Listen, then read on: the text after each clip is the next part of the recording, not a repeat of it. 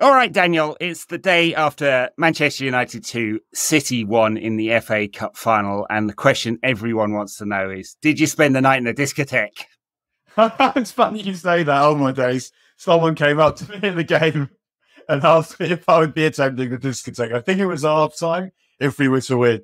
I didn't actually, because I walked to Wembley and I felt like I'd been away. Usually I'm in the discotheque with my wife. We were not out together on this occasion. I'd walked to Wembley. I'd skived the whole day.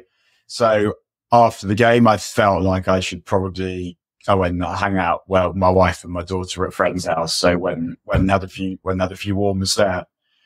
What a fucking day, Edward. Oh, yes, it was good. Wasn't it good? Man. Wasn't it good? Look, I think we went into the cup final, question marks over Erik Ten Hag. Like some of the interviews and the press conference beforehand was just fucking rude.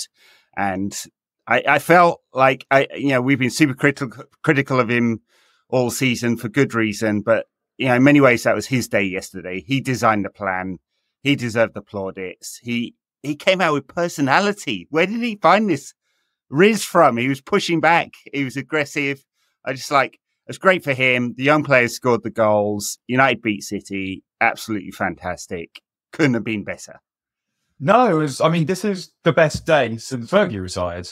There've been some good ones. I guess the highlights, thinking back, I wasn't at the game with City where we turned it around from 2-0 and stopped them winning the league against us. Yeah. That was a good one.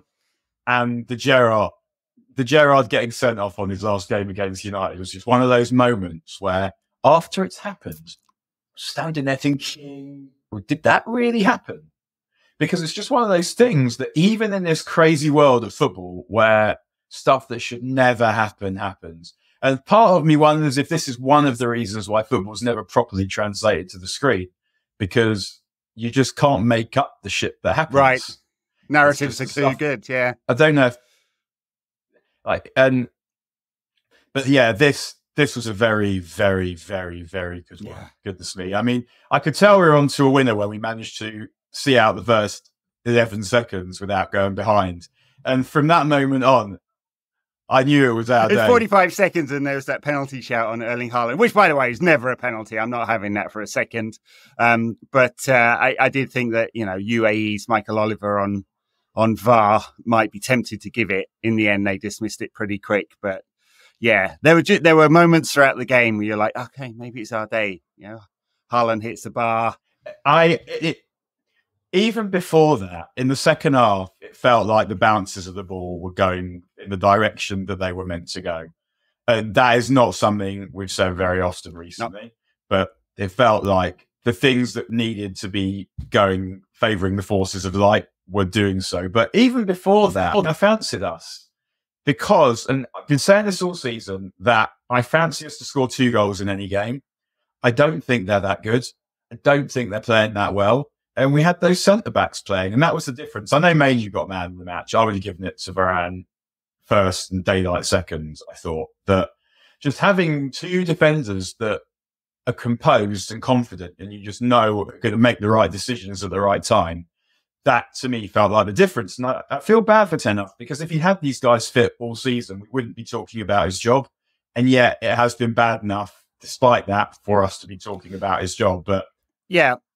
Let's get on to Ten Hag a bit later, and we can analyze what it might mean for him, because in retrospect there's going to be some revisionism because we won a trophy, but I suspect the management will take the same cold-hearted view they've taken with everyone's job at the club.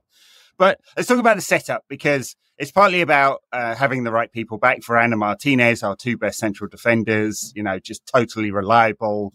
Varane's performance just outstanding again, and if only he could stay fit, he would be getting another contract and staying at the club. But also the shape, just completely coherent, very, very tight, 4-4-2 without the ball, with Amrabat sitting right in front of those 2 central defenders, compressing space and then hitting the corners and going direct and fast on the transitions, completely coherent. Now, you can say Pep was completely salty afterwards. He didn't like it. but that is the way you beat this City side, and United did it to a man. Right system, right players. It's funny the things he likes and doesn't like, isn't it? Just like things he likes. I did like human rights abuses. Things he doesn't like, hair. Feels like that is not the correct way around. Deary me. But I think I was sort of leaning towards extra midfielder, and the reason is, I think, that because one of our midfield players is Bruno and another one is Mainu, those guys both a goal threat.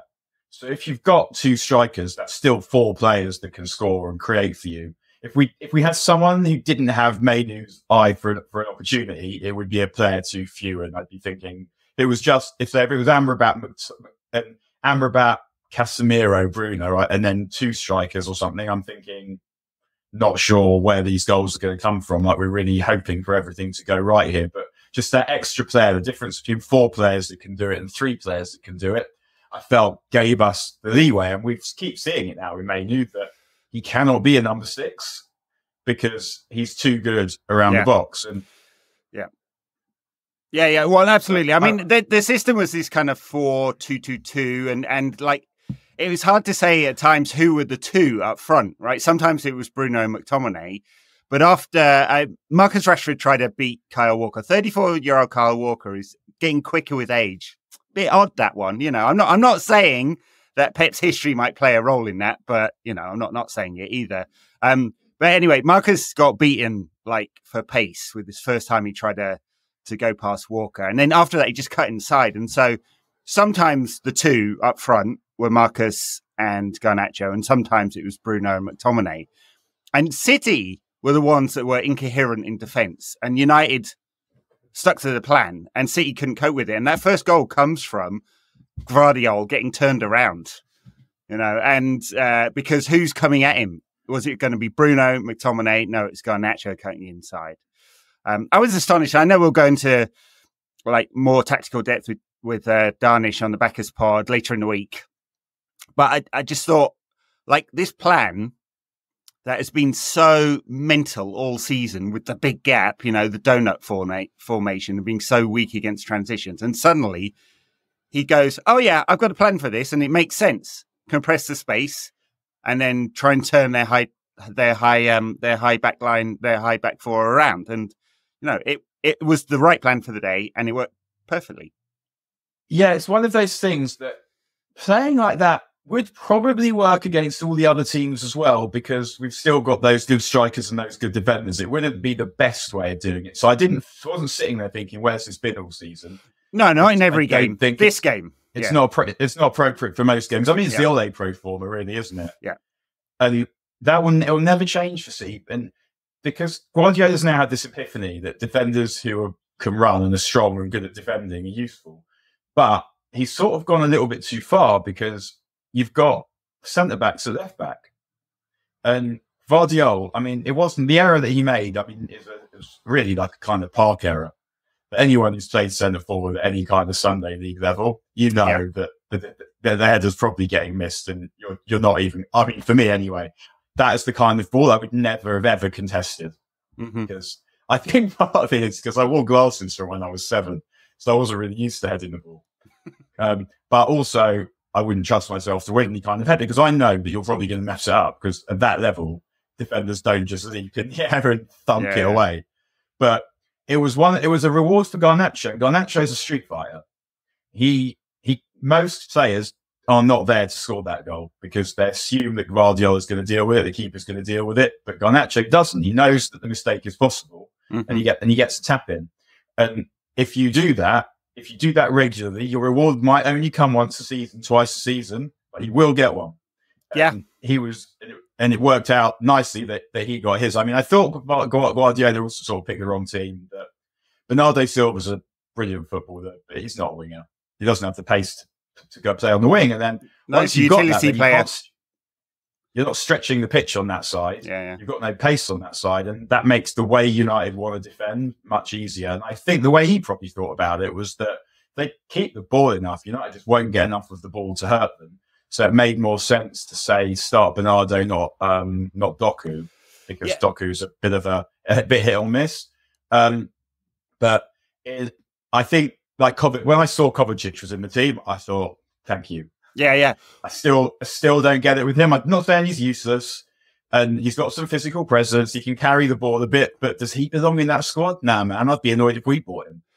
Well, he's there for the counter press, and rather than stretching the pitch with Doku, I think that was the choice. Bernardo's always going to play, and it was Kovacic or Doku, and I think that that kind of points to where Pep's concerns were.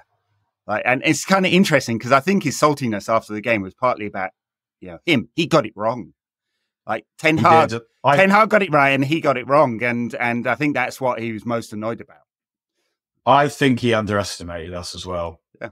And as we keep saying, the thing about these dickheads that's so dickheaded is we know that there's a performance like this in them. Yeah. And we've seen it before. They're not, it's not like those Mourinho Van Gaal days where you're thinking, despise all of these and they're all rubbish. Almost all of them are rubbish. Here, we've got high-level players. We've got Varane and Martinez, and Guardiola was generous about Martinez, said he was one of the best 5 defenders in the world. And I agree, he is. We've got Rashford, who, for everything that's been said about him this season, if you think he can't play, you're an idiot, Gareth Southgate, or both.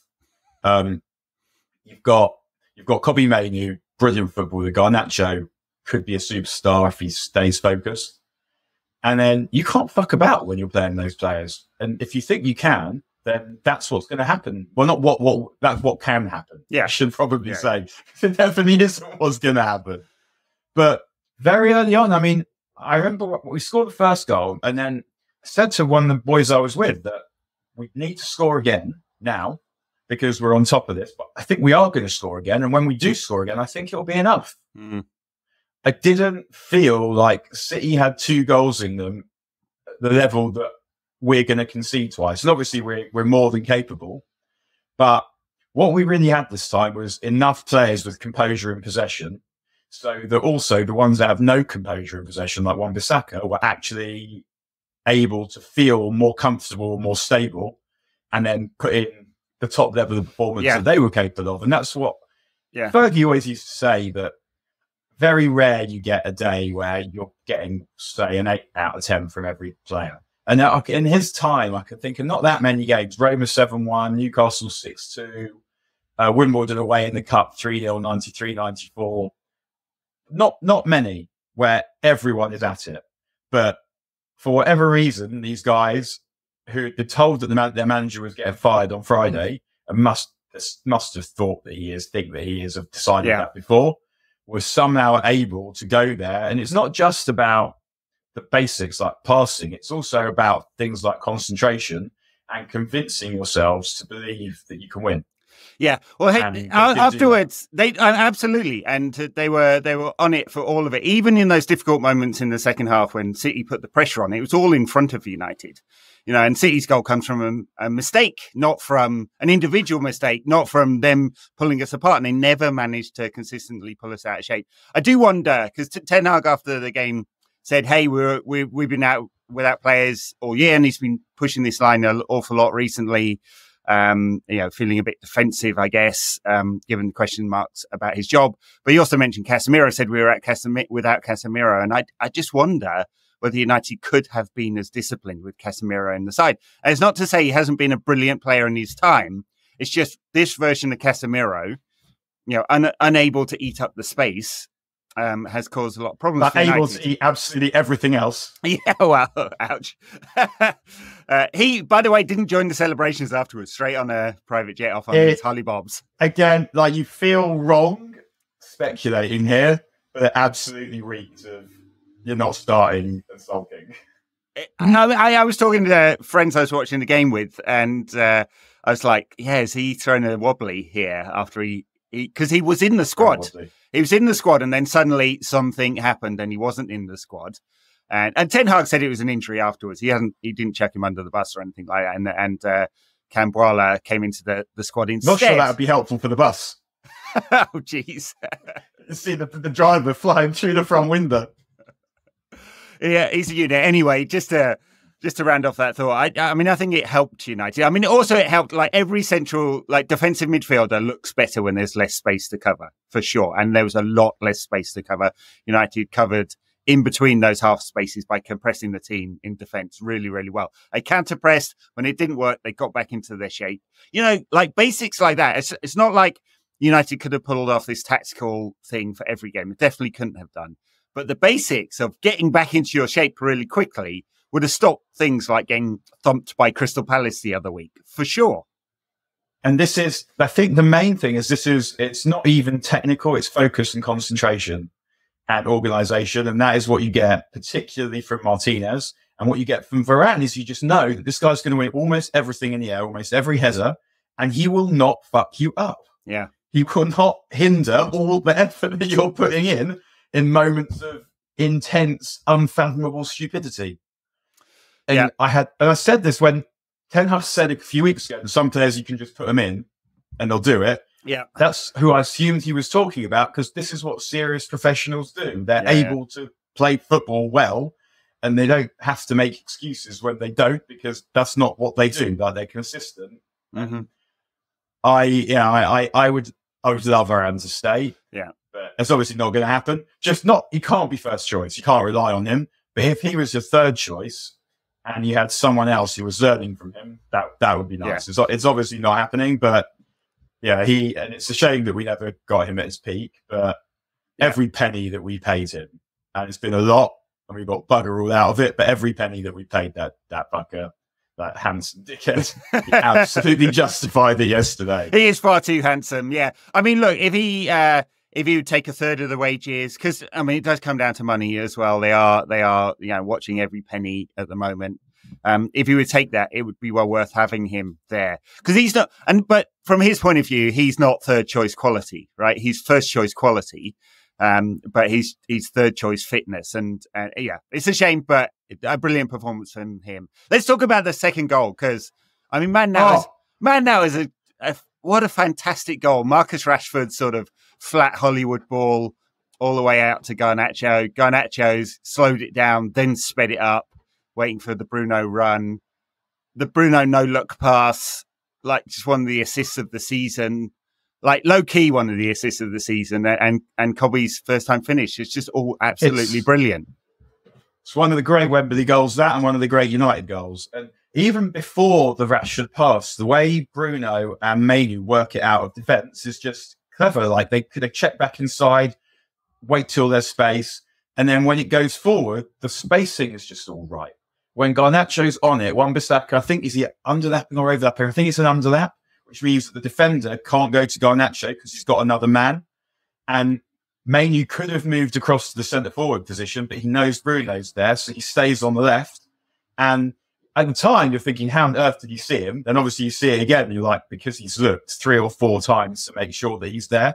But it reminded me a bit in a way. Do you remember the goal that Toni Kroos scores? It's a free kick. And he scores it for Germany against South Korea? Or I can't remember who it's against. It's a 2-2 draw in the World Cup. And what happens is he curls in this free kick from an oblique angle. But it's just the touches. There's a touch to move it, then a touch to shift it, and he just smacks it in. And it's the perfection of the touch and the trap where it looks like it's easy, but to get it that delicate is so difficult. It's also like when you see a snooker player and they try and roll up behind the ball, and you think, oh, easy snooker there. Try it in your snooker club or whatever and see that the object ball doesn't disappear halfway down the table. And it's not just the seeing of it, it's the clip of it's the pace of the clip, that it's so perfect. It arrives on Mainu's correct foot and just a perfect pace, so that really all he needs to do is tickle it and it's going to go in. Yeah. It is a fantastic goal, especially when you consider that Bruno Fernandes doesn't really understand football. And he's just whacking hopeful Hollywood passes all the time. So for him to be able to suddenly produce that at that moment is staggering, really, when you consider how crap he is. I mean, he's got 38 goals and assists this season. Utter shit. He's dragged us through this cup run as well. Yeah. That Liverpool game is not one without him. And it's so good to see him turn up and play brilliantly like he did yesterday, because this is also one of the things. Rather than people saying, well, hang about, maybe it is a problem for him when we're playing teams that are smashing us because he's playing with ourselves. People will be like, well, he's rubbish in big games. And you think, what on earth are you talking about? And the last 3 months, he's been absolutely brilliant. And that was a gigantic performance from him yesterday of trying everything he could to make sure that game went the right way. So, because the thing is once we're 2-0 up and you're thinking, this is a perfect performance now. But then you kind of think, well, it's hard. Imagine if we were to lose from here. Yeah, well, that's certainly why I was thinking. Pressure, the pressure you're then under in the second half. Because if it's 0-0, you're 1-0 down, they're trying to stay in it. You're not playing under the same level of pressure. Whereas from 2-0 up, if you let them beat us from there, like we still go on about 2-0 up and fucked it up City is our name. Yeah. And that was in November 1993. Yeah. Sorry, 1992. Yeah. And so quite some time ago, we were young and now we're not. And I was there. So, yeah, this could have been like a fuck up for the ages. Mm-hmm. And really, at no point did I massively fear that it was coming. Well, it's because they kept score. They kept the shape. They kept the shape all the time. Even with there was a bit. I was worried for the first 15 minutes of the second half when Ten Hag didn't react to Pep's changes. Right, so Pep brought on Doku first, and then who was it came on for De Bruyne later? I forget now. Alvarez. Yeah, that's it. Yeah, because De Bruyne seems to have lost his legs a little bit. I mean, he's getting on. He needs to go see Kyle Walker's doctor, I think. I mean, that was a little weight in his hair as well. Oh yeah, there's a lot of gel. I was definitely worried about Doku just because his ability to stretch the game, but I didn't leave space behind, and Wan-Bissaka got really tight to him. I was worried about the potential for a penalty because Wan-Bissaka was really tight to him. But there were only a few moments when Doku was able to break through. I mean, obviously the goal, but there weren't loads, and all the pressure was in front of us. And with Martinez and Varane, who are great box defenders, I wasn't that worried. I mean, I felt the pressure was building, but Doku he's one of those players who, if Wan-Bissaka can't defend him, then he's literally not a footballer. What Doku wants to do, he wants to mainly go on the outside, and Wan-Bissaka is really good at watching the ball. He doesn't commit himself till he has to, and when he does, he usually wins it. And that is, I felt like if I was bringing Doku on, I probably would have stuck him on the other flank, even though I know he wants to be on Wan-Bissaka's flank. I'm probably putting him on the other flank because I feel like Wan-Bissaka's is likely to have his measure.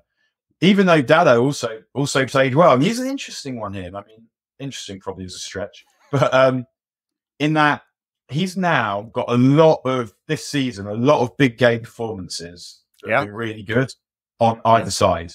Yeah. He's fucked us up on various occasions when he shouldn't have done as well. It hasn't been as good a season as people are inviting us to believe. But what we have seen is that in the big moments, he won't necessarily let us down. Yeah, look, he has definitely improved this season, Dallo. I worry about his defensive stuff. He's very, very good at inverting and coming inside and supporting midfield. I mean, he's definitely done that. He's not a player that bombs up the outside and puts a load of crosses in. He's not that kind of.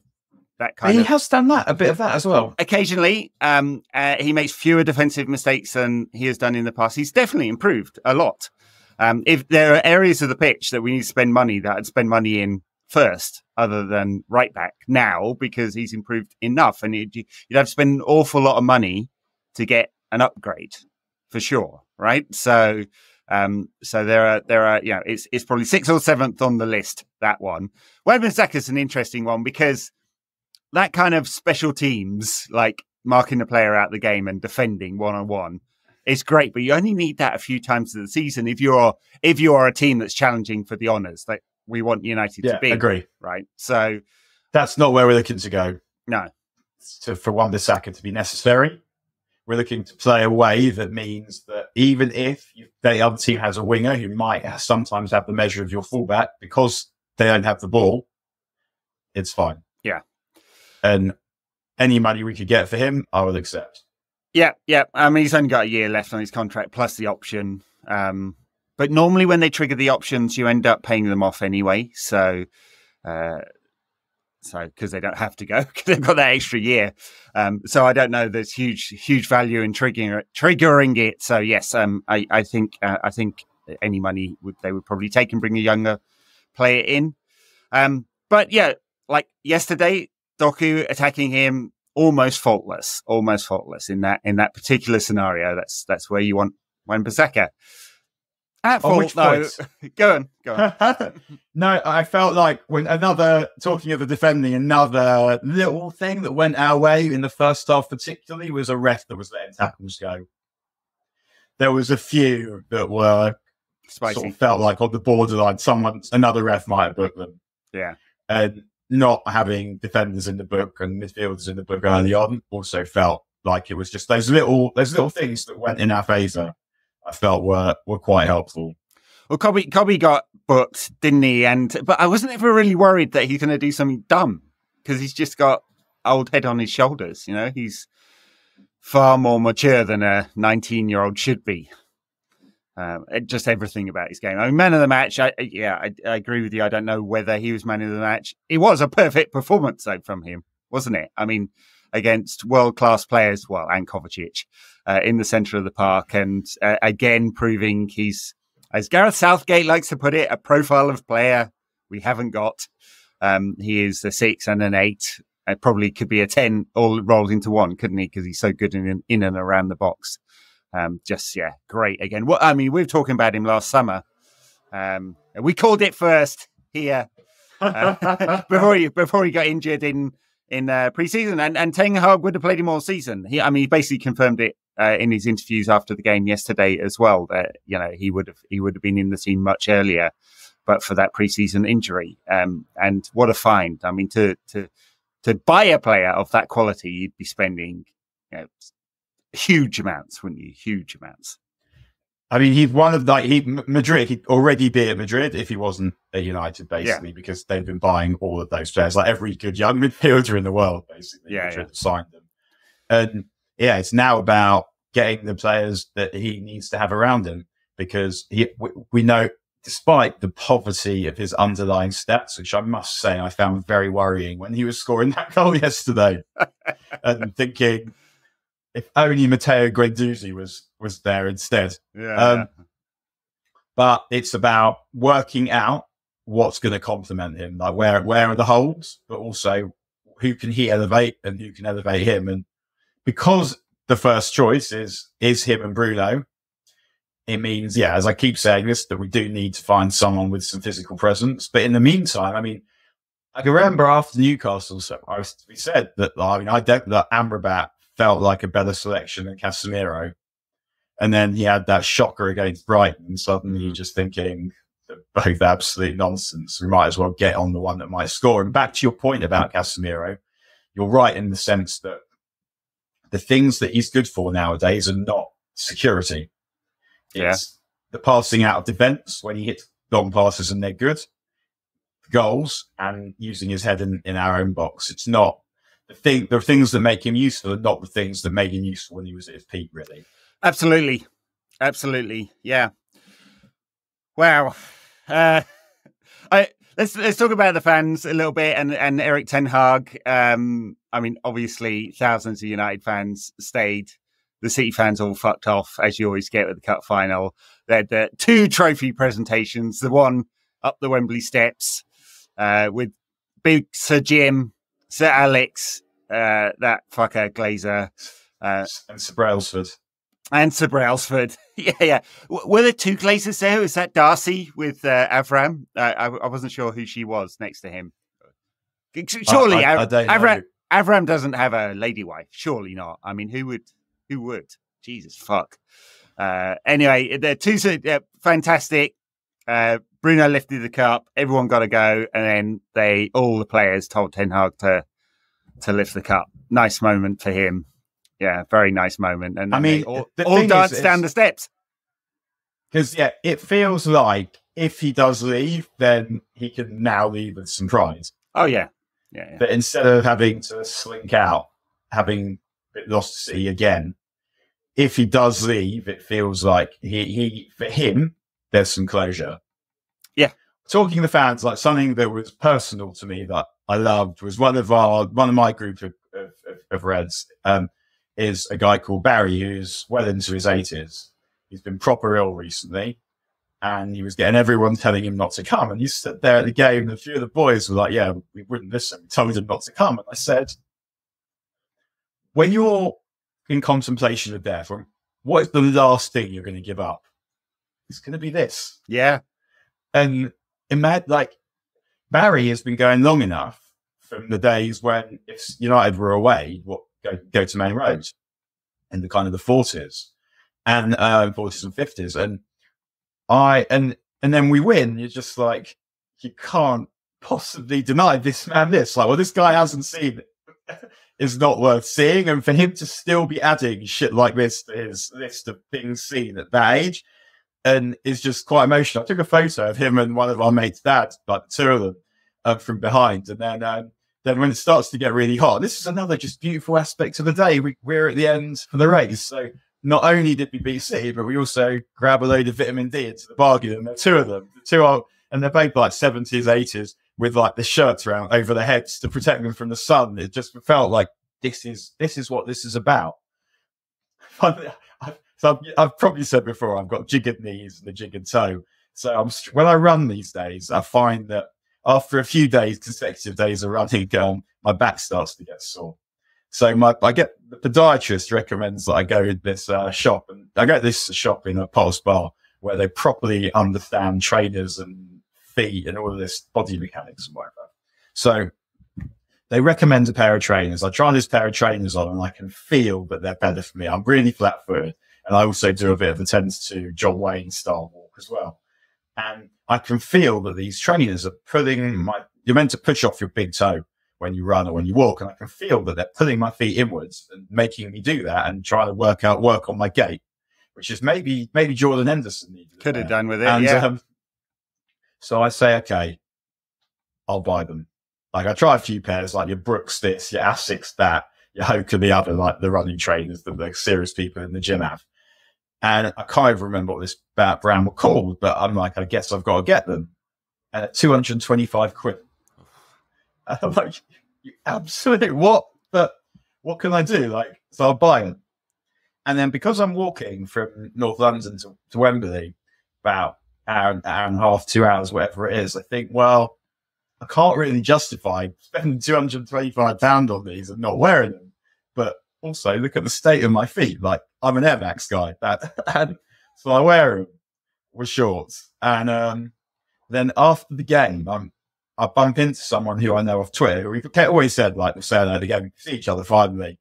And we say hello, and I'm thinking, goodness me, like I've met someone for the first time and I've got this muck on my feet. Is it weird? I'm thinking this morning, if I message explaining why I'm wearing these trainers, given that he's bound, given like what are the chances that he would have noticed? Absolutely none. So I explain what's going on, thinking I know this is weird. I go £225 to look like a prick, and he goes, ha ha ha. I genuinely caught them and thought he's always slagging people's clobber up on Twitter. Yeah, you deserve it. Yeah. So. However, someone in the queue on the way to get back to walking up Wembley Way did compliment my sunglasses. Very nice. Some you win and some you lose. I should, while we're on shout-outs, I should say hi to Jamie from Falkirk Reds, who came and said hi in the bar we were watching in yesterday. It shows you what small world it is. He's obviously from Scotland, came with a few Scottish mates. Some of whom were watching Celtic Rangers in the bar upstairs. It went the wrong way for them, and then that's a shame. And then they're off to a wedding in Walla Walla today, I think. So the Queen dying, and Rangers losing the cup final to Celtic all in the same few years must be quite hard to take. Wow, it's big moments. Yeah, there's a phrase. I've never met anyone from Falkirk, but there's a phrase in Scotland: "Night to Falkirk with you." Like if someone's talking bullshit or something, you say, get away to Falkirk, because no one wants to go to Falkirk, apparently. I don't think I've ever actually been. I went to university in Scotland, so I've been to many parts, but I don't think I've been to Falkirk. All right, can we talk about Erik Ten Hag a little bit after the game? He gave a lot of interviews. In fact, one with Gary Lineker and Alan Shearer on the pitch, which I like Gary Lineker. I have got no time for Alan Shearer, and I thought it was one of the most disrespectful interviews. After a manager has led his team to victory in the FA Cup final, to not, congratulations, Erik, well done, what a win, this must be a fantastic day for you, but you're going to lose your job, aren't you? Which is basically the first question, which I thought was just come on. Like, this is the BBC. They don't need to get in the gutter with everyone else. And I really didn't like that at all. But Erik was like, where's all the Riz? Like, where's this come from? Because he's been pointy and spiky and pushing back against journalists and challenging them in a way he hasn't done for the first almost 2 years of his time at Manchester United. You know, even when things were going against us, we didn't get refereeing decisions. He just sat there like a fucking accountant. And now, sorry, accountants. I said that before about Erik, and I got a few people complaining at me, going, "Hey, I'm an accountant." I'm a very cool accountant. Yeah. So anyway, he was very spiky afterwards, but also loving the moment, and as he should do, I think. Pep, on the other hand, what a sore loser! Unbelievable! Just what a desperately sad man. Because, you know, he knows deep down in his heart, one, he got it wrong. Ten Hag got it right on the day again. But also, no one respects anything they've done. And it's eating away at him. He's just desperate for that validation. Like, you can't respect it because they've systematically cheated their way to where they are. Wouldn't have been where they are without the state wealth, and they still got beaten. Yeah, I mean, Ten Hag, I thought, he handled it well. I thought the line of questioning, it is quite hard when the Guardian have published an exclusive on the Friday saying you are gone, because you can be sure that the information will have come from high up. It was probably double sourced, and there's absolutely no way that the editors would have published it if it wasn't cast iron. Yeah. So it may be that they changed their mind or whatever, but you can assume that it came from somewhere proper, at least one proper place, and it would have been properly verified. Yeah. So for them to not ask him about it would be weird. It just sometimes feels, I guess, like they don't always ask those kinds of questions to people, and no one is scared of Ten Hag, so they don't mind asking him that question. They're questions that they tend not to ask Pep Guardiola, featuring the numbers 115. Never. For example. Never. Never ask him that. So. And so, I guess in context, you might think like that's a bit schneid, but on the other hand, you do sort of have to ask the question. So I do see both sides of that one, but he handled it really well. And he handled this game really well. Like, we talked earlier about whether he was practicing the formation with Hoylund or just saying he needed a rest. Turned out he was practicing. Yeah. And that seemed like a good ploy. And Hoylund was useful when he came on, taking the ball for walks, putting pressure on defenders. Yeah. And he taking it into the corner. And definitely wasn't offended, because he looked to be the one most enjoying the celebrations. Yes, just how drunk was Rasmus Højlund? I think quite drunk was the answer. Yeah, I love the pictures. He's with Scott McTominay a lot of the night. So they start in a ballroom in some hotel somewhere. Yeah, who knows where exactly. It didn't look like as good a party as I kind of hoped. Yeah, it was a bit sparse. You'd think they'd have more people. Exactly. Yeah. Exactly the word. Where is everyone? They need more celebs in there, I think. Because there are plenty around the world. Maybe no one actually thought United were going to win. I don't know, and they didn't get enough of them there. But they clearly continued on the bus afterwards. I don't know where they stayed in London last night or went straight back to Manchester. But he looked worse for wear increasingly as the night went on. But yeah, good for him. You know, his first major trophy as a player, isn't it? I mean, he could have stayed at Atlanta and won the Europa League, I suppose. Where Xabi Alonso basically did a Guardiola. Yeah, he overthought it. Yeah. So it's possible that Guardiola this time, I felt like he underestimated us. He might have underthunk it. Yeah. Actually. Whereas Xabi Alonso definitely overthunk it. He did. Yeah. If he tried to galaxy brain the thing. Yeah, just do the thing that's one thing. Yeah. Well, I guess the thing that he has that is unusual for a team like Leverkusen when they have success, it's not 11 players. They've got a squad. Yeah. And he's been changing it quite a lot depending on the game. So he did it again and ended up not playing the best players in the best formation. And Atalanta it was another, like similar to United, they just produced a perfect performance. And I was saying, even when it was 2-1 and you're thinking 10 to go, then even if we manage to lose, whatever it is, even if we manage to lose from here, it will be awful. But this is the best we can play. I think this is the best this team can play against that team. Yeah. And if it isn't good enough, then that's a shame. But they've left it all out there, and it's quite hard to say, well, actually, you should have done X, should have done Y. That wouldn't be Liverpool in the cup that time in '99. The better team won, but Liverpool did everything they could. Like, it's quite hard for them to look back and think we should have done X, we should have done Y. Just because of moments, they did everything they could and lost to a better team. And that was what I was kind of feeling as the time was winding down. Maybe I was just trying to make myself feel a bit better in case we did jizz it up, but I never really felt like we were going to, because I definitely had some squeaky bum time with 7 minutes on the board. I was like, oh shit. But that was just like, yeah, we could throw it away.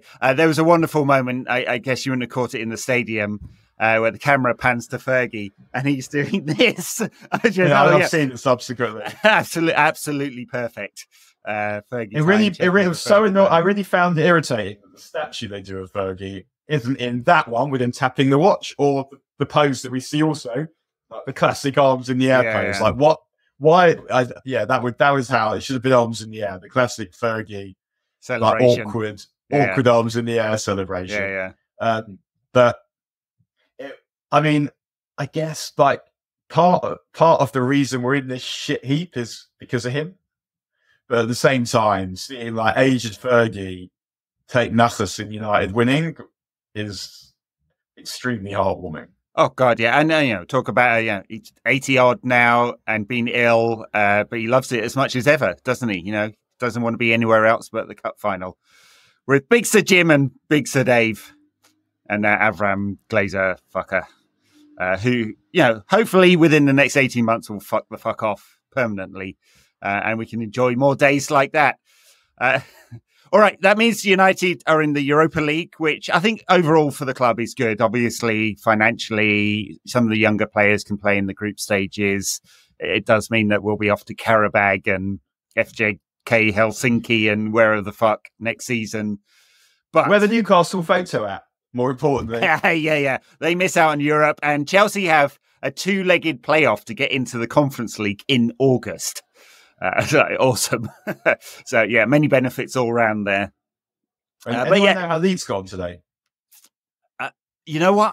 It was 1-0. They were 1-0 down. I missed the final result. What was it? They lost. They lost. Dan James at the bar towards the end, and they lost. Well done. And this has just been what a spectacular weekend where everything went right. The fringe benefit is Newcastle screwing up Newcastle and Chelsea and City. And then Leeds don't get promoted. Perfect. That just all feels like a very, very fine weekend's work. So the question now is, what happens with Ten Hag? Yeah, and it seems like I don't know how you say Steinberg will have double sourced it, and I'm sure at the time his information's good, but it seems like they have said to various sources afterwards, no, we've got this review. Now, it may well be they're leaning towards firing Ten Hag anyway, and he's made a lot of mistakes this season. The fact that he did not change a failing system over and over and over and over again, for all the mitigation of the many injuries this season, he went the wrong direction and stuck with it. And in many jobs, not just sport, if you fail and fail and fail again. At some point, someone's going to say, hang on, mate. It's not going well here, is it? How do you think this is going? So that's clearly what's going to happen with Ten Hag now. They they may have already made the decision, but they're putting it in, quote unquote, a formal review now to come out the other side with it.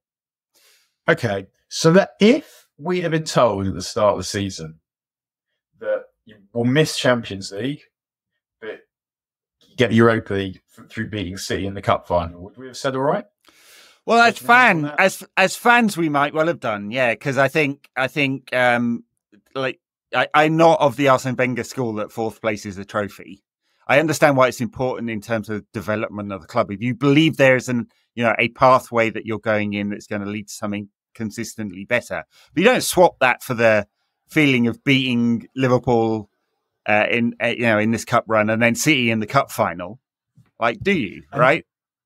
And I mean, I think the point where Wenger was saying it also, the point is also that he's got his hands tied financially at that point. He can't spend, so fourth place. It's still bullshit, obviously, but it was what he said. It wasn't the kind of celebration of failure that people say when they cast it in that particular way. If that's not really what was going on there.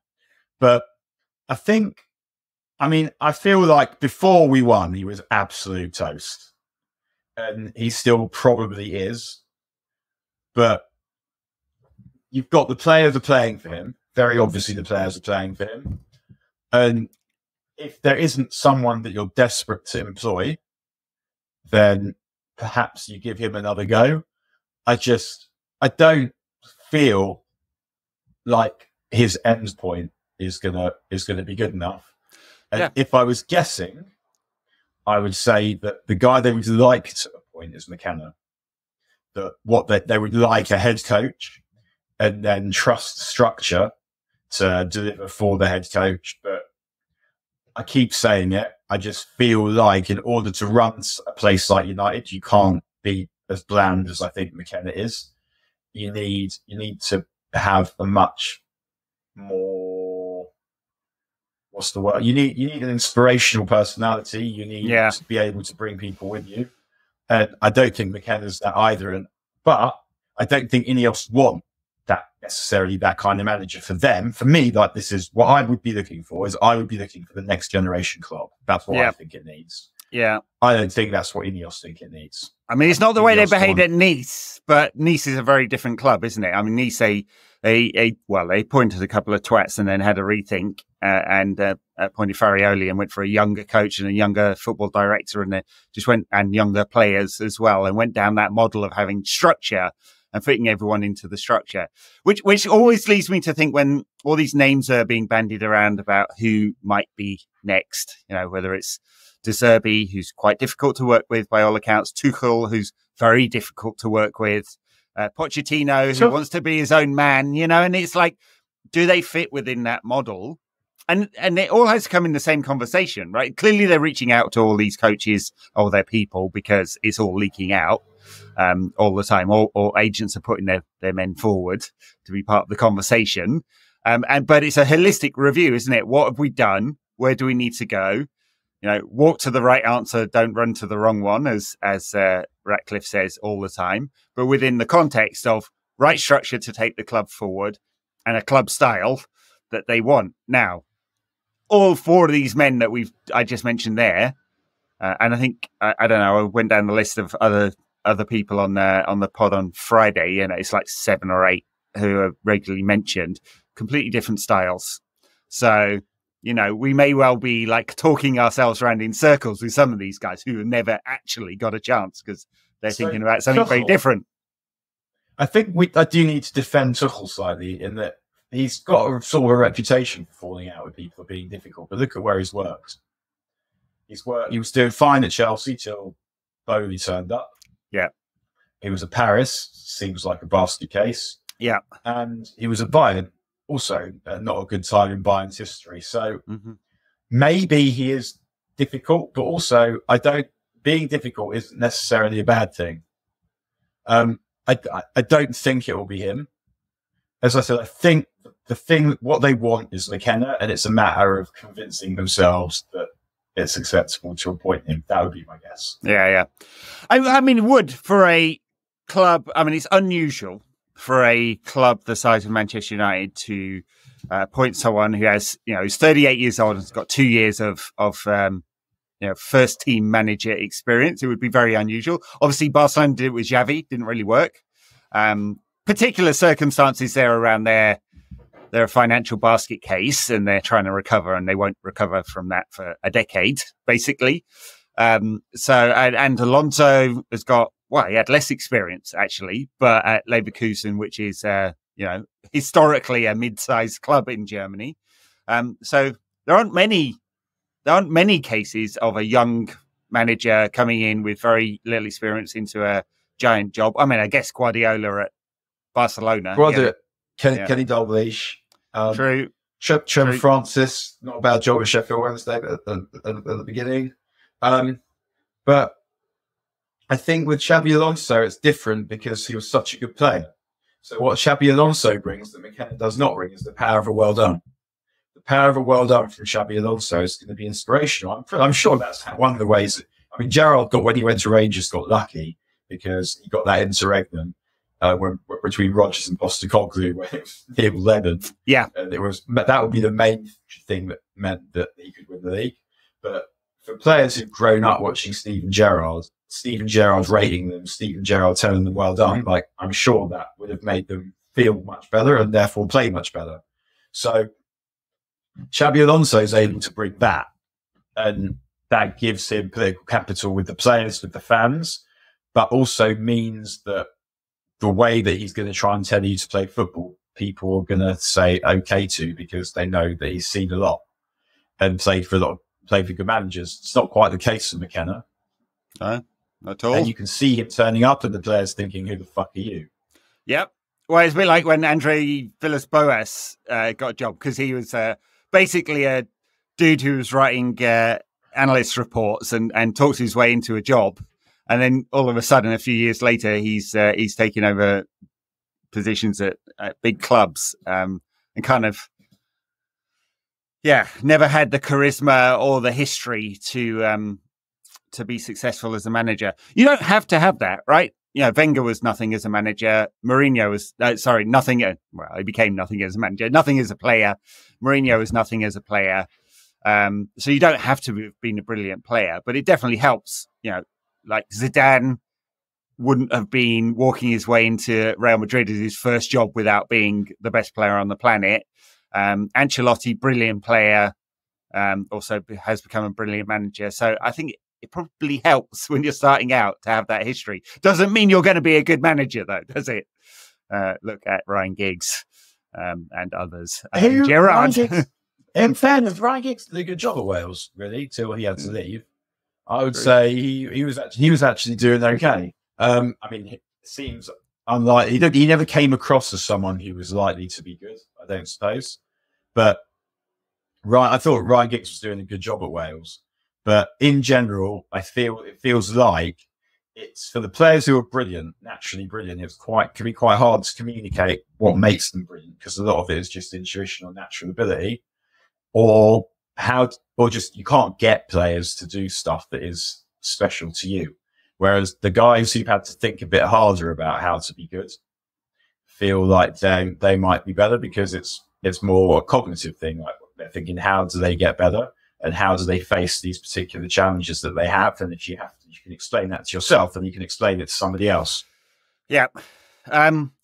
Well, I suspect this is going to happen quickly. I don't see any benefit of delaying this decision. So they're going to have to back him or sack him. He's only got 1 year left. That feels on his contract. That is Ten Hag. It feels very, very dangerous. Not in his life. To go into another season with 1 year on his contract. So they're either going to say he's our man or not. And I suspect not. I think the cup win they'll see is a one-off game, fantastic moment, but a one-off game in a bigger picture. And I can't see them waiting till after the Euros to appoint Southgate, because you'd be leaving it until a month before the new season starts, and basically like a week before the pre-season friendly starts. It just seems mental unless they're seeing it as some kind of 5-year project. So maybe I'm talking my way out of them appointing that dickhead. I really hope not. Hope they're not going to do that. But I suspect they'll make a decision quickly and go, we can start planning now, because we know we're going to be in the Europa League. It's not Champions League money. It's not like the guaranteed 60 million that you'll get if you get out of that Swiss group format, which half the teams will do, right? So there's a huge amount of money in the new Champions League. United will get a bit less than that if they make it all the way to the Europa League final, plus the wage reduction, right? So they kind of have a sense of what their budget is likely to be. Ratcliffe and co can still pump money in. They're going to pump money in. It could be spent on players if they want, or it could just be cash flow. I know they're starting work on Carrington this week, basically. So, I think it'll happen quickly and they'll go, this is the direction we're going in. This is what we want. It'll all get done. And we'll know soon. And we can talk about it next week. I think you're right in that by when we reconvene next week for this pod, I think we're going to know what the situation is. There's no, and I agree with. There's no way you wouldn't replace Ten Hag Southgate. It'd be mental, wouldn't it? I'd be staggered if they did that. I agree that they ought really to have, because they had basically made their decision. They were firing him. This is just a conversation where they're really saying, okay, are we saying that he saved himself or not? And I don't think it'll be that long a conversation because they'll probably decide that he hasn't, and that'll be it. Yeah. All right. That he'll go somewhere else, and we'll lose to whoever that team is when we play them. Yeah, probably. I mean, he said after the game, if they don't want me here, I'll go somewhere else and win trophies because that's what I do. It is a little bit of a stretch. I mean, it's true. He won 6 at Ajax and a couple with United, so it's factually true. Although really, he's had quite a short career at the top level so far. We'll leave it there. United reconvene in South Carolina for a friendly against someone who I can't remember in July. So no games before then, but we will be back during the summer. Hopefully with some interviews, books, and I think I have the people from the 99 Doc coming on to talk about that and stuff. So, and we'll do some of these dailies during the week when there's stuff to talk about. Back with Darnish with the Tactics Pods for Patreon backers later in the week when he's back from his hollybobs.